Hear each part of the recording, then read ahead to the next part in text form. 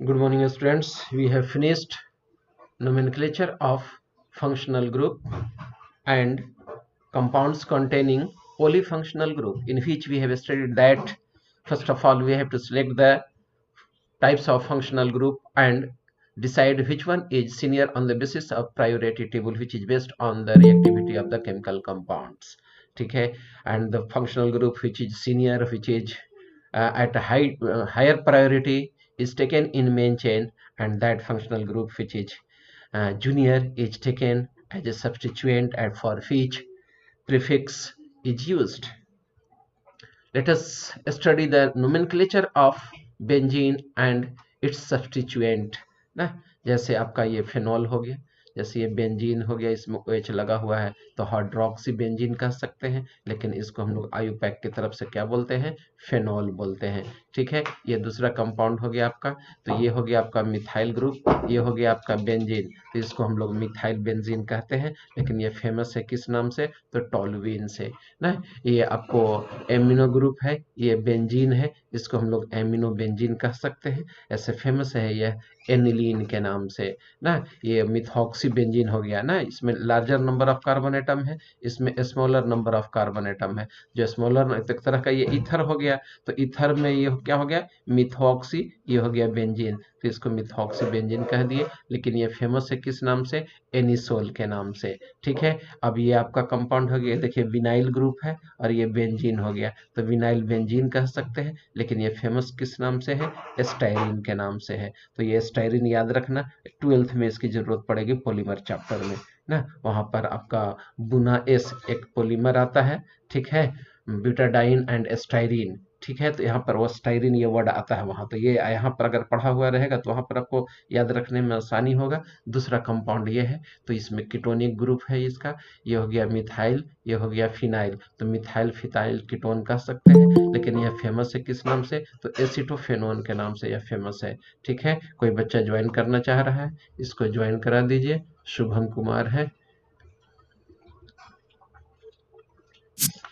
तो ये हो गया आपका एसिटोफेनॉल के बारे में बता दिया। अब ये देख लो, ये हो गया आपका एल्डिहाइडिक ग्रुप, ये हो गया बेंजीन। ठीक है, तो दोनों मिला के ये बेंजल्डिहाइड बना हुआ है। कब बेंजल लगता है, कब बेंजो लगता है, आइए हम लोग स्टडी करेंगे। ये हो गया आपको कार्बोक्सिलिक एसिड, ये हो गया बेंजीन, दोनों मिला करके benzoic acid, benzoic acid. Acid तो इसलिए है कि इसमें फंक्शनल ग्रुप कार्बोक्सिलिक एसिड का है। बेंजो वर्ड इसमें क्यों लगा, इसमें बेंजल क्यों लगा, आइए अब हम आपको समझाते हैं। ठीक है, ये हो गया बेंजीन रिंग, और इसमें से अगर किसी भी कार्बन से एक H हटाते हैं तो ये ग्रुप मिल गया, तो इस ग्रुप का नाम हो जाएगा फिनाइल ग्रुप या एराइल ग्रुप। क्या कहा जाता है, फिनाइल ग्रुप या एराइल ग्रुप कहा जाता है।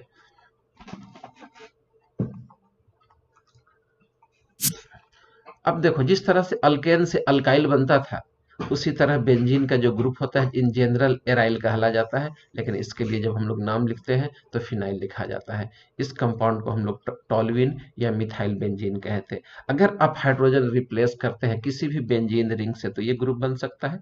यहाँ से हाइड्रोजन निकाल सकते हैं, यहाँ से निकाल सकते हैं, यहाँ से निकाल सकते हैं, यहाँ से निकाल सकते हैं, तो इस ग्रुप का टोल्यूइन से टोलाइल नाम पड़ जाता है। क्या नाम पड़ जाता है, टोलाइल नाम पड़ जाता है। इसका यूज बहुत कम है। ठीक है, टोल्यूइन है अदर देन मिथाइल ग्रुप, मतलब कि बेंजीन रिंग से आप सिर्फ हाइड्रोजन एटम हटाते हैं तो इसका नाम हो जाएगा आपका क्या, टोलाइल। ठीक है, यही आपका टोल्यूइन था। टोल्यूइन CH3 से अगर एक हाइड्रोजन हटा दिए तो ये ग्रुप मिलेगा, 2 हाइड्रोजन बचेगा, तो इसका नाम हो जाएगा बेंजाइल। क्या नाम हो जाएगा, बेंजाइल हो जाएगा। जैसे यहाँ पर OH रहता तो बेंजाइल अल्कोहल नाम हो जाता। अगर इसी CH2 से फिर एक H हटा दीजिए तो ये एक हाइड्रोजन यहाँ बच जाएगा, पहले यहाँ 2 था, अब एक हाइड्रोजन बच गया, तो इसमें बेंजल हो जाएगा, इसी से बनता है बेंजल डिहाइड। ठीक है, इससे फिर एक H हटा दीजिए, मतलब इस कार्बन पर एक भी हाइड्रोजन नहीं रहने दीजिए, तो इसके लिए जो प्रीफिक्स लगता है वो बेंजो प्रीफिक्स लगता है। क्या प्रीफिक्स लगता है आपका, बेंजो प्रीफिक्स लगता है, जैसे बेंजोइक एसिड में था, यही ना था आपका देख लीजिए, ये आपका बेंजल डिहाइड हो गया, एक हाइड्रोजन था तो बेंजल लगा था, एल्डिहाइड का फंक्शनल ग्रुप है इसलिए बेंजल डिहाइड हो गया। इस पर, इस कार्बन पर एक भी डायरेक्टली हाइड्रोजन नहीं है तो उसके लिए हम लोग बेंजो लगाए थे। इसमें सफिक्स जो लगता है ओइक एसिड लगता है कार्बोक्सिलिक एसिड के चलते, इसलिए इसका नाम बेंजोइक एसिड हो गया। ठीक है, तो बेंजो कब लगेगा, बेंजल कब लगेगा, बेंजाइल कब लगेगा ना, ये आपको एक से दो बार देखते देखते आपको याद हो जाएगा, याद रखना जरूरी है। 12th में भी इसकी जरूरत पड़ेगी, 11th में भी आपको इसकी जरूरत पड़ रही है, और अभी याद रखना 11th में ही जरूरी है, ताकि 12th में आपका बेस सही रहेगा। इसको जरूर देखना है आपको। जैसे आप देख लीजिए, यहाँ 2 हाइड्रोजन वाला था तो बेंजाइल, बेंजल नाम था उसका, बेंजाइल नाम था, तो बेंजाइल से बेंजाइल अल्कोहल हो गया ना। एक हाइड्रोजन है अभी तो बेंजल हो गया, और एल्डिहाइड का ग्रुप था तो बेंजल डिहाइड बन गया। एक भी हाइड्रोजन नहीं है तो बेंजो हो गया, कार्बोक्सिलिक एसिड है इसलिए ओइक एसिड लग गया, इसका नाम आपका बेंजोइक एसिड हो गया। ठीक है, और इस तरह से आपका नोमेनक्लेचर मैं आपको फिनिश करता हूँ। आज का नोमेनक्लेचर मतलब आपका नोमेनक्लेचर टॉपिक एक खत्म हुआ है। ठीक है, आइए अब हम लोग नेक्स्ट टॉपिक आपको मैं स्टार्ट करता हूँ।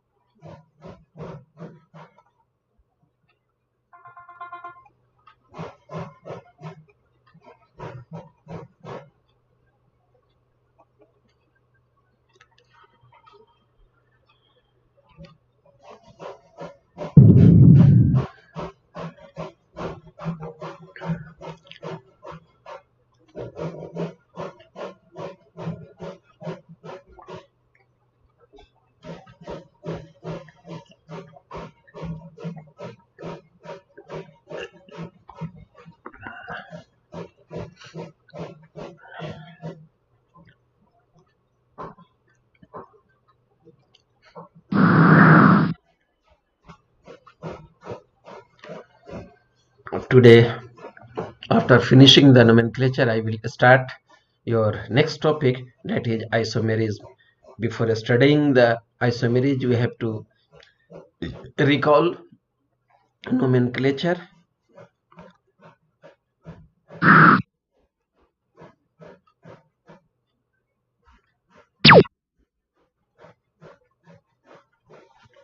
ये आपका आइसोमेरिज्म टॉपिक है ना। आइसोमेरिज्म वर्ड दो वर्ड से मिल करके बना हुआ, आइसो प्लस मर। आइसो मीन्स होता है सेम, और मर मतलब होता है पार्ट, कंपोनेंट। ठीक है, किसी भी कंपाउंड में एक ही मोलिकुलर फॉर्मूला हो, मतलब किसी भी कंपाउंड का एक ही तरह का मोलिकुलर फार्मूला है, एक ही मोलिकुलर फार्मूला हो, but there is differences of structural formula और अरेंजमेंट ऑफ एटम, तो वैसे कंपाउंड को हम लोग आइसोमर्स कहते हैं। And this phenomenon is known as isomerism. Actually, the phenomenon by which two or more compounds are represented by same molecular formula is called isomerism, and it is started by Berzelius. Two more compounds having same molecular formula but different in structural formula or arrangement of atom or groups in space are called isomers, and this phenomenon is known as isomerism. तो isomerism का definition आपको मैं बता दिया।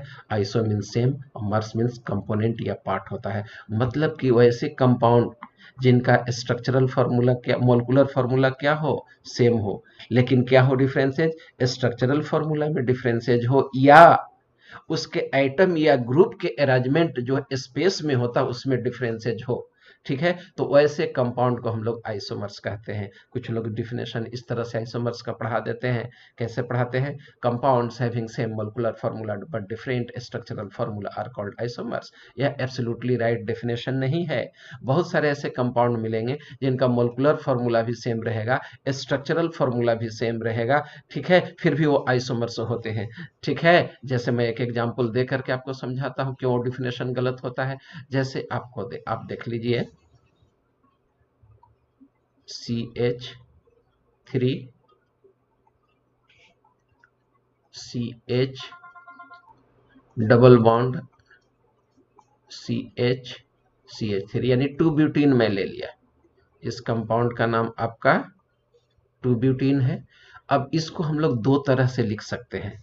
Molecular formula अगर आप निकालिएगा इसका तो 4 कार्बन है, 4 कार्बन दे दीजिए, हाइड्रोजन कितना हो जाएगा, 8 हो जाएगा आपका। देख लीजिए 3 3 6 2 8 8 हो गया। तो इसको हम लोग दो तरह से लिख सकते हैं। देखिए ये हो गया आपका CH3, ये हो गया CH, ये हो गया डबल बॉन्ड, ये हो गया CH, और ये हो गया आपका CH3। ठीक है, और इसी कंपाउंड को हम लोग, इसी मोलिकुलर फॉर्मूला को हम लोग ऐसे भी लिख सकते थे। देखो CH3 CH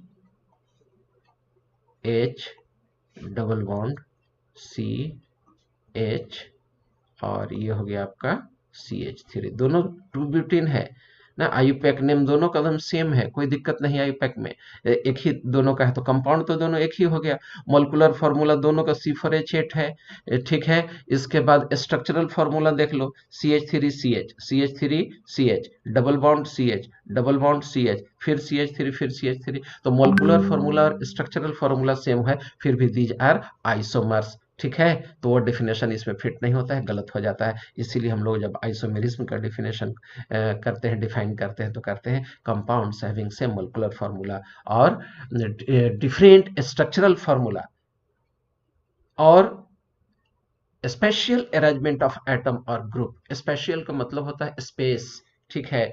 ग्रुप का या एटम का अरेंजमेंट जो हो स्पेस में, वो डिफरेंट होना चाहिए। अगर स्ट्रक्चरल फार्मूला और मोलिकुलर फार्मूला दोनों सेम हो रहा हो, तो कम से कम स्पेस में अरेंजमेंट उसका एटम का या ग्रुप का क्या होना चाहिए, डिफरेंट होना चाहिए। तब वैसे कंपाउंड को हम लोग आइसोमर्स कहते हैं, और ऐसे फेनोमेनन को हम लोग आइसोमेरिज्म कहते हैं। और यह डेफिनेशन आपको इसमें भी लागू हो जाता है।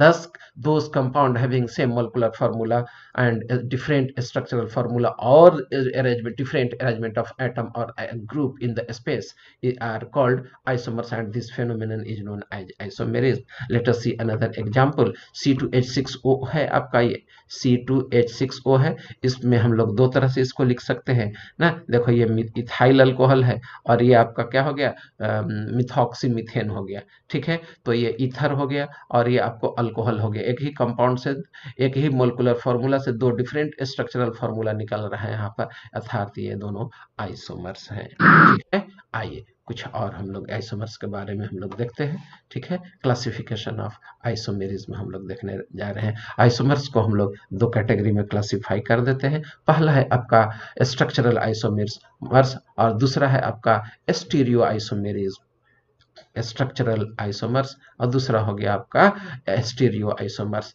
ठीक है, स्ट्रक्चरल आइसोमर्स को हम लोग फर्दर फ्यू क्लास में, कैटेगरी में क्लासिफाई कर देते हैं। जैसे हो गया चेन आइसोमर्स हो गया आपका, ठीक है। दूसरा हो गया आपका पोजीशन आइसोमर्स, इसके बाद हो गया आपका फंक्शनल आइसोमर्स, इसके बाद हो गया आपका मेटामेरिज्म। मेटामेरिज्म के बाद होता है आपका क्या कहा जाता है, टाउटोमेरिज्म। टाउटोमेरिज्म का दूसरा नाम है डेस्मोट्रोपिज्म ना, या स्यूडोमेरिज्म भी इसको कहा जाता है। तो हम लोग आइसोमर्स को कितने कैटेगरी में क्लासिफाई किए, पहले दो कैटेगरी में क्लासिफाई कर दिए। कौन कौन, स्ट्रक्चरल आइसोमर्स और स्टीरियो आइसोमर्स। स्ट्रक्चरल आइसोमर्स किसको कहेंगे, तो those compound which have same molecular formula but different structural formula are known as structural isomers, and it is classified into 5 categories: chain isomers, position isomer, functional isomers, metamerism, and tautomerism. Tautomerism is also known as pseudomerism or desmotropism. And those compounds which have same molecular formula and structural formula, but it arises due to different arrangement of atom or group in the space, are known as stereoisomers. And stereoisomers are further classified into two categories: geometrical isomerism and optical isomerism. ठीक है, geometrical isomerism और optical isomerism को फिर further हम लोग दो category में classify करते हैं। एक होता है आपका सिस और ट्रांस। ठीक होता है, ये हो गया ज्योमेट्रिकल का टाइप। रह गया आपका ऑप्टिकल का, तो ऑप्टिकल 12th में पढ़ेंगे, लेकिन आइडिया यहाँ पर जरूर दूंगा। ऑप्टिकल आइसोमेरिज्म दो तरह का होता है, एक डेक्स्ट्रो रोटेटरी होता है, एक लिनियर होता है ना। तो ये आप देख रहे थे क्लासिफिकेशन। अब हम लोग देख रहे हैं स्टीरियो आइसोमेरिज्म का टाइप। इसको हम लोग दो कैटेगरी में क्लासिफाई कर दिए। एक तो हो गया आपका ज्योमेट्रिकल और दूसरा बताया था ऑप्टिकल, लेकिन इसमें भी हम लोग अगर चाहें तो और अच्छे ढंग से इसको क्लासिफाई कर सकते हैं। जैसे स्टीरियो आइसोमर्स को दो कैटेगरी में क्लासिफाई कर दिए, कन्फॉर्मेशनल आइसोमेरिज्म और दूसरा हो गया कन्फिगुरेशनल आइसोमर्स। ठीक है। conformational isomers arises due to rotation of carbon-carbon single bond which gives two types of structure, that is eclipse structure and staggered structure, whereas conformational isomerism indicates the orientation arrangement of different arrangement of atom or groups in the space, तब उसको हम लोग configurational isomers कहते हैं। Configuration मतलब होता है उसका क्या कहा जाता है, अरेंजमेंट ऑफ एटम या ग्रुप। और यह दो तरह के कैटेगरी में इसको हम लोग क्लासिफाई कर देते हैं, ज्योमेट्रिकल आइसोमेरिज्म में और ऑप्टिकल आइसोमेरिज्म में कर देते हैं क्लासिफाई। तो फिर से एक बार रिकॉल मैं करा दूं, आइसोमर्स किसको कहते हैं, compounds having same molecular formula but different structural formula और different arrangement of atom or group in space or different spatial arrangement of atom or group are called isomers, and this phenomenon is known as isomerism, and it is classified into two categories, that is structural isomers and stereoisomers. Structural isomers is classified into 5 categories, that is chain isomerism, metamerism, functional isomerism, position isomerism, and tautomerism, which is also called desmotropism or pseudomerism. Further, stereoisomers are classified into two categories, that is conformational isomerism and configurational isomerism. Conformational isomers arises due to rotation about carbon-carbon single bond, which gives two types of structure, mainly two types. Otherwise, infinite number of structures are possible in the configurational isomerism. When the carbon-carbon single bonds are rotated, they will give infinite number of structure, but two structures are mainly important, that is eclipse form and staggered form, ठीक है। और configurational isomerism arises due to different arrangement of atom in space. It is further classified into geometrical isomerism and optical isomerism. Let us study about the conformational isomers and geometrical isomerism along with the structural isomers.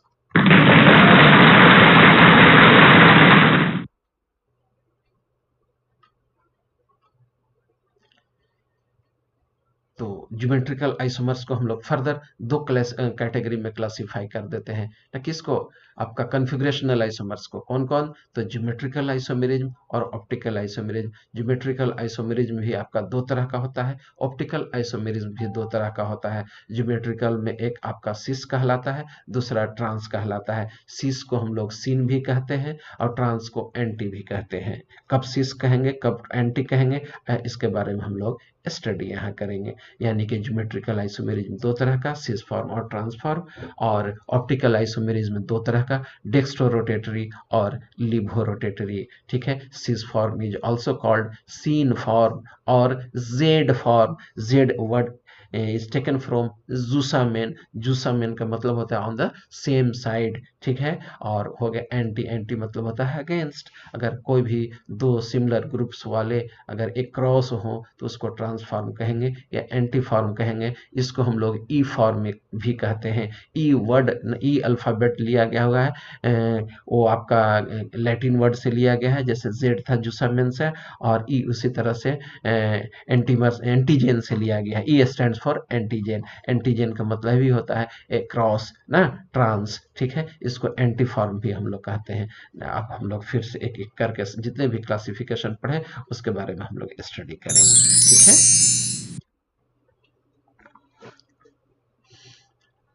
आप structural isomers के बारे में हम लोग पढ़ने जा रहे हैं।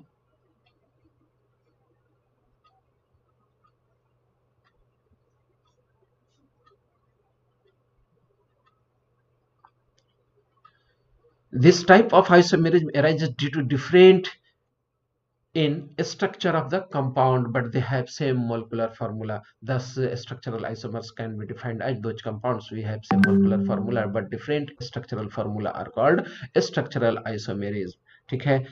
और characteristic feature of structural isomers हम लोग देखेंगे। इनका स्ट्रक्चर क्या होता है, डिफरेंट होता है। They have different physical and chemical properties. Easy packing in branch chain, difficult packing in linear compound. गौर से देखोगे ये एनिमेशन,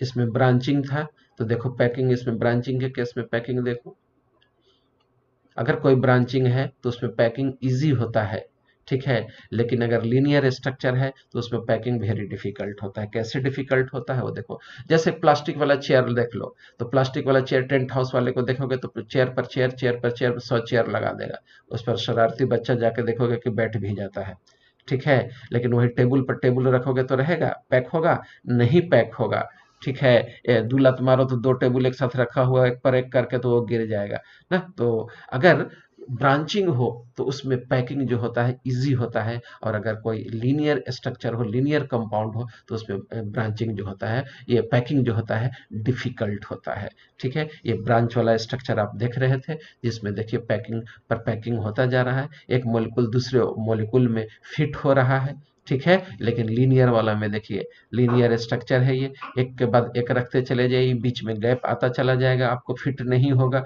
उतना स्टेबल नहीं होता है। और that is why we can say that there is difficult packing in linear compounds, while packing is very easy in the chain compound, chain और branching containing compound, ठीक है। और जिसमें पैकिंग ज्यादा होगा तो उसमें नंबर ऑफ मॉलिक्यूल्स ज्यादा होंगे, और जब नंबर ऑफ मॉलिक्यूल्स ज्यादा होंगे तो इस तरह के कंपाउंड का आपका मेल्टिंग पॉइंट और बॉइलिंग पॉइंट क्या होगा? हाई होता है इन जनरल, ठीक है। और जबकि वैसे कंपाउंड जिनमें स्ट्रेट चेन हो, कोई ब्रांचिंग नहीं हो, उसमें मॉलिक्यूल्स एक के बाद एक नहीं फिट हो पाते हैं, इजी पैकिंग नहीं होता है, ऐसे कंपाउंड का मेल्टिंग पॉइंट क्या होता है? पुअर होता है, कम होता है।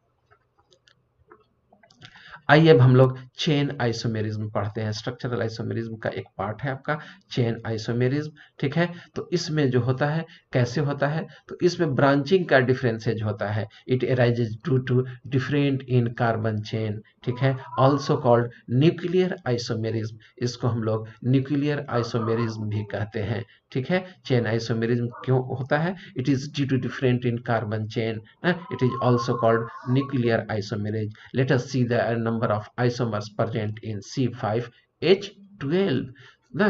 तो C5H12 किस तरह का कंपाउंड है, कौन बताएगा? सेचुरेटेड है कि अनसेचुरेटेड? चल अन्वेषा तुम बताओ, C5H12 किस तरह का कंपाउंड है? सेचुरेटेड या अनसेचुरेटेड? सैचुरेटेड है, आंसर बिल्कुल सही है। 5 2 जा 10, 10 + 2 है ना, मतलब कि जस्ट दोगुना से 2 ज्यादा है, ठीक है, सैचुरेटेड है। तो इसमें हम लोग 3 स्ट्रक्चर 4 स्ट्रक्चर बना सकते हैं। कैसे स्ट्रक्चर बनेगा वो आइए इसको देखते हैं। सबसे पहले किया जाता है कि सबको एक लाइन में लीनियर स्ट्रक्चर बना दीजिए। क्या कर दीजिए? लीनियर स्ट्रक्चर बना दीजिए। तो मैं यहीं पर अलग से लेकर समझा देता हूं, मेरे लिए समझाना आसान हो जाएगा।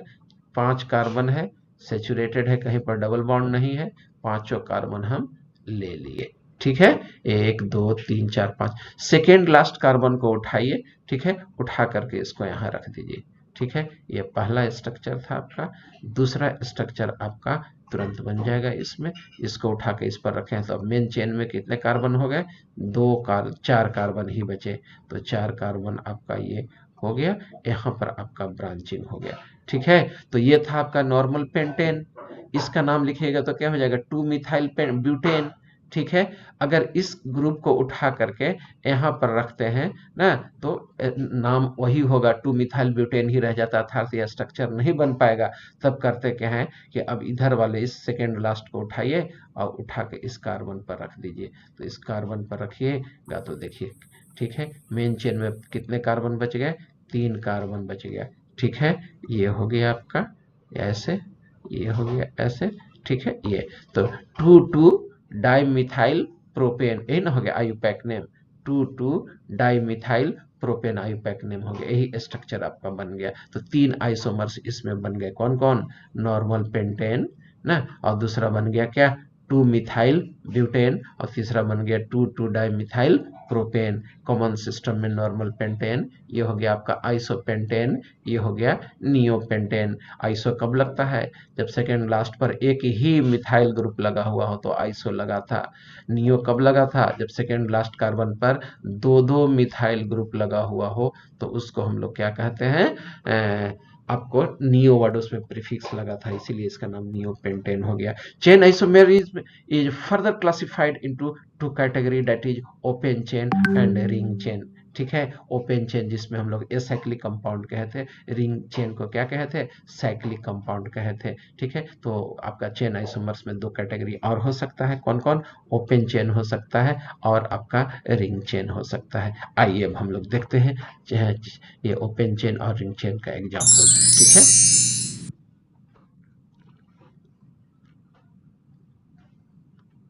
ओपन चेन और रिंग चेन का एग्जाम्पल मैं अलग से दे देता हूँ। ठीक है, इसमें मैं इंजर्ट नहीं कर पाया हूँ, इसको ला नहीं पाया हूँ, या कहीं ना कहीं तो होगा ही।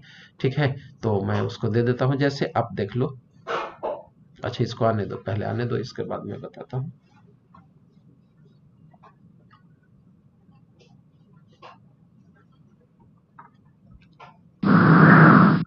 यही ना था तुम्हारा, ओपन चेन और रिंग चेन हमको बताना था। तो देख लो, हम यहाँ पर ले रहे हैं C5H10 अनसेचुरेटेड कंपाउंड है। तो अनसेचुरेटेड कंपाउंड है, तो इसको हम लोग ऐसे देखो, ओपन चेन में ऐसे ले सकते थे,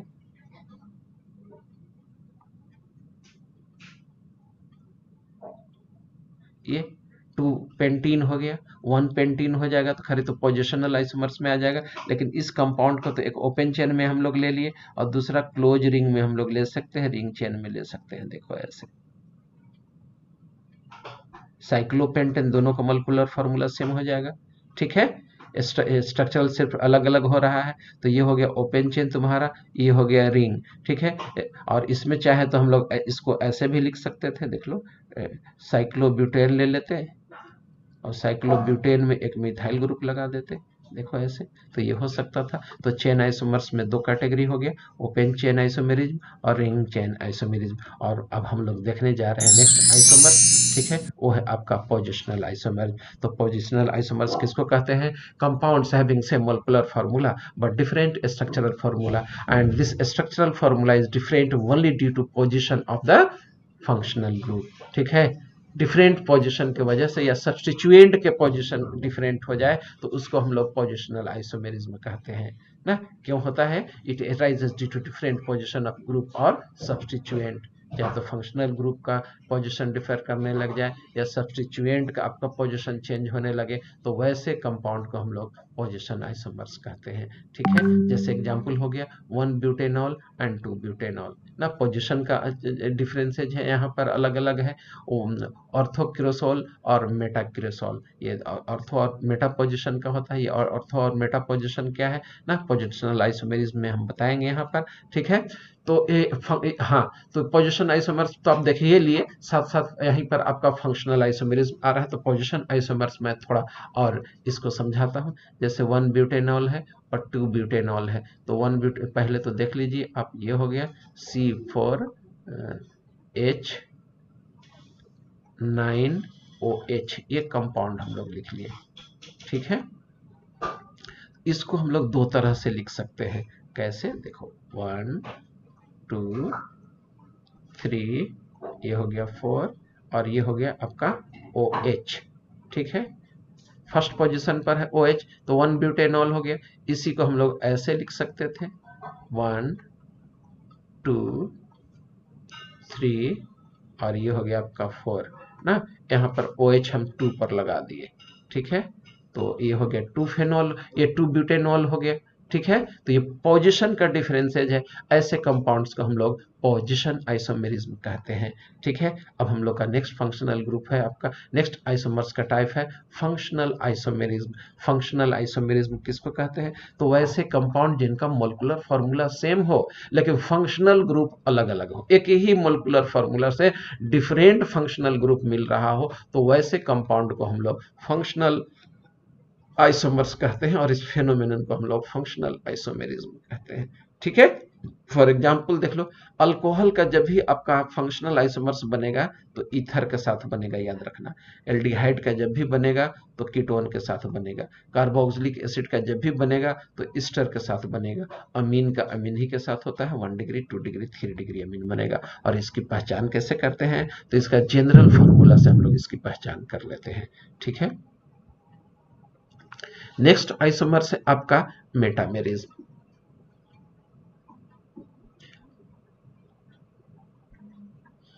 It arises due to an equal distribution of alkyl group to the either side of the functional group or group ना। अगर हाँ, एक चीज याद रखना, आयुपैक में नोमेनक्लेचर कर देंगे तो हो जाएगा आपका पोजिशनल आइसोमेरिज्म, और कॉमन सिस्टम में अगर हम लोग लिख दें तो वही मेटामेरिज्म कहला जाएगा। और यह डिफरेंट एल्काइल ग्रुप के डिस्ट्रीब्यूशन की वजह से होता है ना। जैसे देख लीजिए आप इस कंपाउंड में, इसमें आपको इस कंपाउंड का नाम बताइए बेटा। ये वाला यहाँ रहेगा ना, ये वाला जो ग्रुप है खिसक गया है, यहाँ पर डबल बॉन्ड ओ है। क्या हो गया, रुको थोड़ा सा इसको सुधार ही देता हूँ।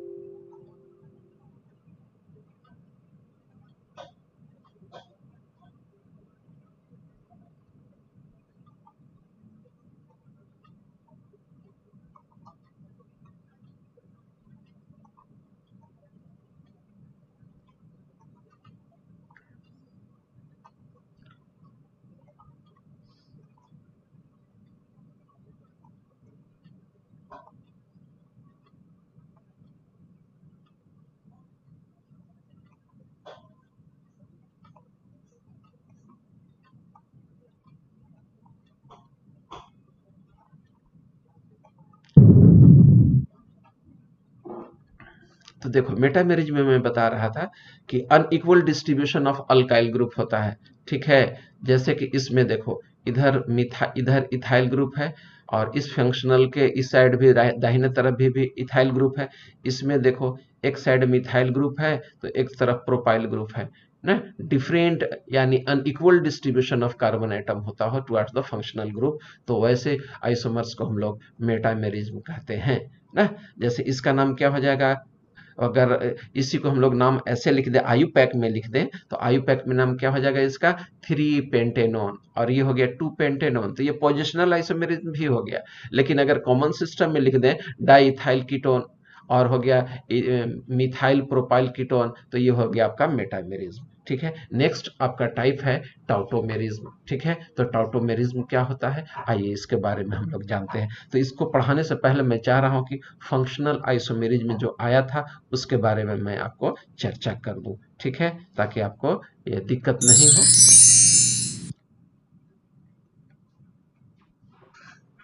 पोजिशनल आइसोमेरिज्म में एक्सप्लेन कर दिया था कि पोजिशन के डिफरेंसेज की वजह से होता है, ठीक है।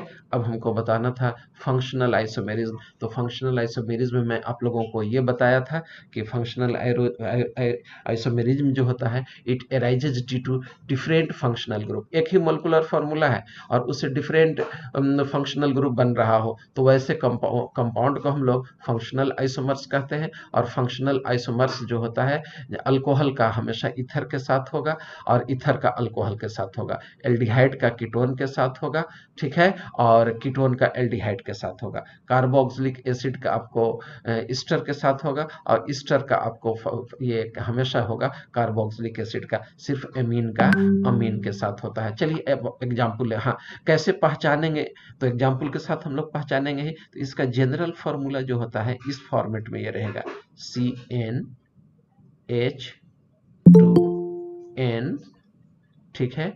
+1O। अगर इस फॉर्म में हो, ठीक है, तो वो हो जाएगा आपका कौन सा, अल्कोहल या इथर उसमें हो जाएगा, ठीक है। तो आप देख लेते हैं इसको, मोलिकुलर फार्मूला हम सुधार भी सकते हैं, ठीक है। इसको हम एक चेक कर लेते हैं।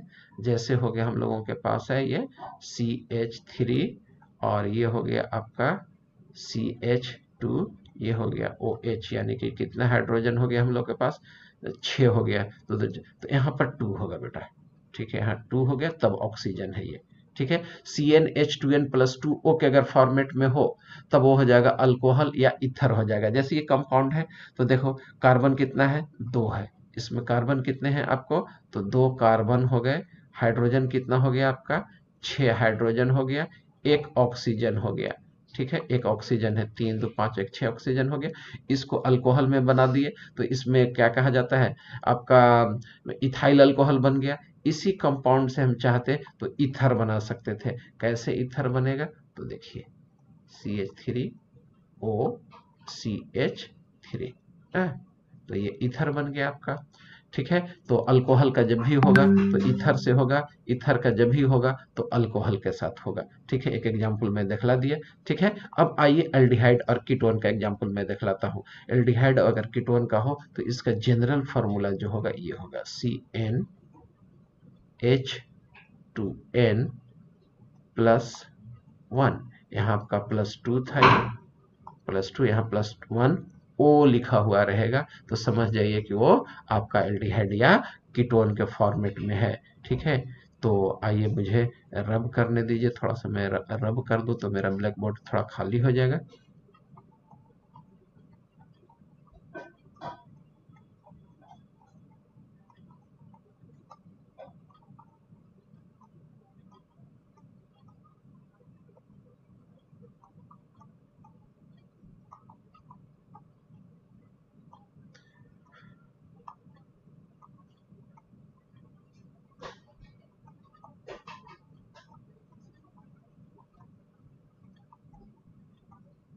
ठीक है, अब मैं एग्जाम्पल लेकर के आप लोगों को समझा रहा हूँ।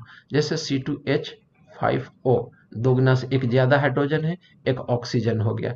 ठीक है, तो यहाँ पर आपका क्या है, C2 है, H5O है। तो इसमें हम लोग दो तरह के कंपाउंड बना सकते हैं। तो देखो मोलिकुलर फार्मूला, दोगुना से एक हाइड्रोजन ज्यादा एक ऑक्सीजन, मतलब कि इस फॉर्मेट में आ रहा है। एल्डिहाइड और कीटोन के फॉर्मेट में है, तो कुछ फंक्शनल ग्रुप, कुछ कंपाउंड एल्डिहाइड में बन जाएंगे, कुछ कीटोन में बन जाएंगे। ठीक है, एल्डिहाइड में बना करके मैं दिखलाता हूँ। 2 कार्बन एटम का अगर होगा एल्डिहाइड तो ये एल्डिहाइड हो जाएगा, CH3CHO हो जाएगा आपका। ठीक है, और यही हम लोग को कीटोन में अगर बना के दिखाना हो तो कीटोन एग्जिस्ट इसमें करेगा ही नहीं। कीटोन के लिए कम से कम 3 कार्बन एटम हो। ठीक है, इसलिए थोड़ा सा हम फॉर्मूला चेंज कर रहे हैं। 3 2 6 और 1 कितना हो गया, 7 हो गया ना। तो 3 कार्बन हम ले लेते हैं, यहाँ पर देख लो तुम्हारा ये हो गया CH3 और ये हो गया आपका CH2। तो 3 2 5 और 1 6। ठीक है, तो यहाँ पर जस्ट दोगुना हाइड्रोजन होना चाहिए। अच्छा, फॉर्मूला सुधार देंगे बेटा, उसका चिंता नहीं करो। तो 3 और 2 5 और 1 6 हो गया। ठीक है, यहाँ पर एक नहीं होगा ना, CnH2n+O डायरेक्ट होगा। ठीक है, ये 1 काट रहा हूँ इसको, तो इस फॉर्मेट में हो गया। तो ये हो गया आपका क्या, प्रोपेनल्डिहाइड, और इसी का हम लोग कीटोन के फॉर्म में हम लोग लिख सकते हैं। तो ये कीटोन हो गया आपका, ये हो गया आपका कीटोन। ठीक है, तो ये हो गया जिसको हम लोग कॉमन नेम एसीटोन कहते हैं, जो बहुत फेमस है। तो देखो दो दोगुना जस्ट है कार्बन से हाइड्रोजन। ठीक है, 3 कार्बन 2 हाइड्रोजन, जस्ट दोगुना हो CnH2n ना, और एक ऑक्सीजन हो। तो 1 यहाँ पर ऑक्सीजन के लिए लिख दिया होगा, लेकिन कंफ्यूजन होगा इसलिए O में लिख दिया हूँ यहाँ पर। तो इसको हम लोग एल्डिहाइड या कीटोन में समझेंगे। अगर जस्ट दोगुना से 2 हाइड्रोजन ज्यादा हो, एक ऑक्सीजन हो, तो अल्कोहल और ईथर में होगा। उसी तरह से अगर कार्बोक्सिलिक एसिड की हम लोग बात करें, ठीक है, तो CH3COOH यानी कि जस्ट दोगुना होगा। इस फॉर्मेट में ये हो जाए CnH2n+O ना, और ये 2 हो, ऑक्सीजन 2 हो और कार्बन और हाइड्रोजन में रिलेशन कितना हो, जस्ट दोगुना वाला रिलेशन हो, तब वो आपका कार्बोक्सिलिक एसिड और ईस्टर का होगा। जैसे एक एग्जांपल देख लीजिए, तो एक एग्जांपल मैं यहाँ पर ले लेता हूँ। जैसे मैं ले लिया C2H4O2, तो इससे 2 तरह का कंपाउंड बनेगा। देख लो इस फॉर्मेट में आ रहा है, यानी कि एल्डिहाइड और कीटो ये कार्बोक्सिलिक एसिड और ईस्टर वाला में। तो कार्बोक्सिलिक एसिड इसका बनाइएगा 2 कार्बन का, तो देखिए यही ना बन जाएगा आपका COOH ना, इथेनोइक एसिड। ये हो गया CH3COOH, तो 2 कार्बन ना और 4 हाइड्रोजन 2 ऑक्सीजन हो गया। दूसरा इसको हम लोग ईस्टर में बना सकते हैं। ईस्टर में क्या होगा, तो सबसे पहले ईस्टर का फंक्शनल ग्रुप आप बना दीजिए। ये हो गया ईस्टर का फंक्शनल ग्रुप, और इसमें कम से कम एक C लगा हुआ होगा। तो चलिए हम CH3 कर दिए, इसमें एक हाइड्रोजन लगा दिए। यही ना हो गया मिथाइल फॉर्मेट, और आईयूपैक नाम लिखते तो मिथाइल मिथानोएट ये इसका नाम हो जाता। तो इस तरह से हम लोग पहचान लेते हैं कि अल्कोहल का ईथर के साथ होगा, एल्डिहाइड का कीटोन के साथ होगा, कार्बोक्सिलिक एसिड का एस्टर के साथ होगा। कैसे पहचानेंगे? तो उसका फॉर्मेट देख करके हम लोग पहचान लेंगे। और एमीन में NH2 के फॉर्मेट में रहेगा। अगर NH2 है तो प्राइमरी एमीन होगा, NH है तो सेकेंडरी एमीन होगा, N है तो टर्शियरी एमीन हो गया। तो उसका जब भी फंक्शनल ग्रुप आइसोमर्स होगा एमीन का तो एमीन ही में होता है। और मेटामेरिज्म में आप लोगों को ऑलरेडी समझा दिया हूं। क्या क्या समझाया इसमें मैं कि it arises due to unequal distribution of alkyl group to the either side of the functional group ना, and these are named in common system, otherwise it will give positional isomers. ठीक है। नेक्स्ट है आपका टाउटोमेरिज्म, syllabus में नहीं है फिर भी जान जाइए इसको। टाउटोमर्स को हम लोग डिस्मोट्रोपिज्म भी कहते हैं और इसको हम लोग सीडोमेरिज्म भी कहते हैं। ठीक है। It is a special type of functional isomerism in which a single compound can exist two or more readily interconvertible structure which is differ in position of at least one carbon atom। ये वैसे compound होते हैं जो एक functional group से दूसरे functional group में क्या होते हैं, इंटर कन्वर्टेबल होते हैं ना। It is a special type of functional group, functional isomer in which single compound can exist into two or more readily interconvertible compound। ठीक है। और जिसमें हम लोगों का फंक्शनल ग्रुप तो चेंज होता ही है।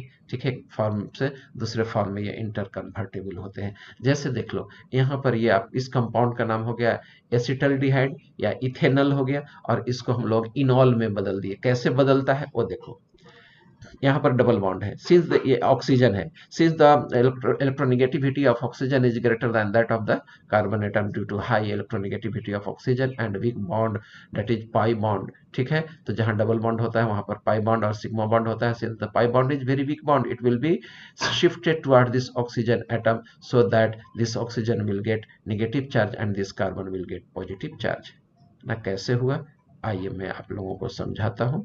CH3 को मैं इस तरह से लिख दिया, देखो ऐसे, और ये हो गया C, ये हो गया आपका H ना। Since the negative charge, this pi bond is shifted toward this oxygen atom due to high electronegativity of oxygen atom, so that this oxygen will get slightly negative charge and this carbon will get slightly positive charge. Due to presence of positive charge at this carbon atom, its electronegativity is further increased. Why so? Due to lack of electron. जब इस पर electron नहीं रहेगा तो electron की चाहत बढ़ गई। इलेक्ट्रॉन की चाहत को ही तो हम लोग इलेक्ट्रोनेगेटिविटी कहते हैं। It is tendency of an atom to attract a bonded electron towards itself. ठीक है। बॉन्डेड इलेक्ट्रॉन को अपनी तरफ आकर्षित करता है। तो due to presence of plus charge, its electronegativity is increased, due to which it will draw this bond electron towards itself। ठीक है। और ये क्या होगा, यहाँ एक इलेक्ट्रॉन है और ये इलेक्ट्रॉन इसका है, ये दोनों जाकर के यहाँ डबल बॉन्ड हो जाएगा, प्लस चार्ज वैनिश कर जाएगा और यहाँ से जो H प्लस निकल रहा है ये H प्लस माइग्रेट करके इस ऑक्सीजन एटम पर आ गया। अब इस तरह से इन डबल बॉन्ड के लिए क्या लगाते हैं, इन, और OH के लिए क्या लगाते हैं, ओल ना। तो इनॉल में यह कंपाउंड बदल गया। लेकिन सभी कंपाउंड क्या बदलते हैं, ऐसा नहीं, ऐसा नहीं होता है। इसके लिए कुछ कंडीशन है, कुछ कैरेक्टरिस्टिक फीचर है। Compound should contains at least one electron with drawing group.